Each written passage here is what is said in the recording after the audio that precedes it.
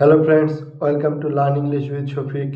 আজকে আমরা শিখব কিভাবে ইংরেজিতে একটি সেন্টেন্স বা বাক্য দিয়ে কয়েকটি সেন্টেন্স বা বাক্য তৈরি করা যায় খুব সহজে, এবং আমরা যে কথাগুলো বলি এবং বিভিন্নভাবে সেই সেন্টেন্সগুলো ব্যবহার করতে পারি।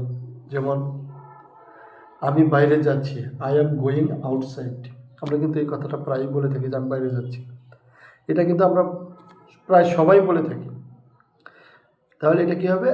আই অ্যাম গোয়িং আউটসাইড, আমি বাইরে যাচ্ছি। আই অ্যাম গোয়িং আউটসাইড, আমি বাইরে যাচ্ছি। আই অ্যাম গোয়িং আউটসাইড, আমি ভিতরে আসছি। I am coming inside, I am coming inside, I am coming inside, আমি ভিতরে আসছি। আমি দরজা খুলছি, I am opening the door, আমি দরজা খুলছি। I am opening the door, আমি দরজা বন্ধ করছি।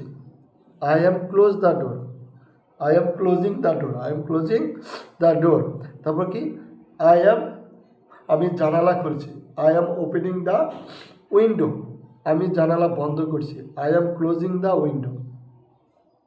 আমি ঘর পরিষ্কার করছি। I am cleaning the room, আমি ঘর পরিষ্কার করছি। I am cleaning the room.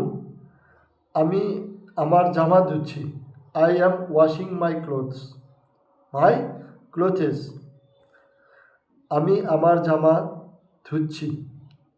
I am washing my clothes, I am washing my clothes, আমি আমার জামা ধুচ্ছি। আমি ভাত রান্না করছি। আই অ্যাম কুকিং রাইস, আমি ভাত রান্না করছি। আই অ্যাম কুকিং রাইস, আমি তরকারি রান্না করছি। I am cooking curry, I am cooking কারি।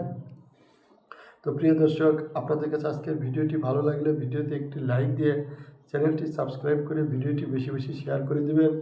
সবাই ভালো থাকবেন। আপনাদের সাথে আবারও দেখা হবে নতুন কোনো ভিডিও নিয়ে। সে পর্যন্ত সবাই ভালো থাকবেন। সবাইকে ধন্যবাদ। আসসালামু আলাইকুম।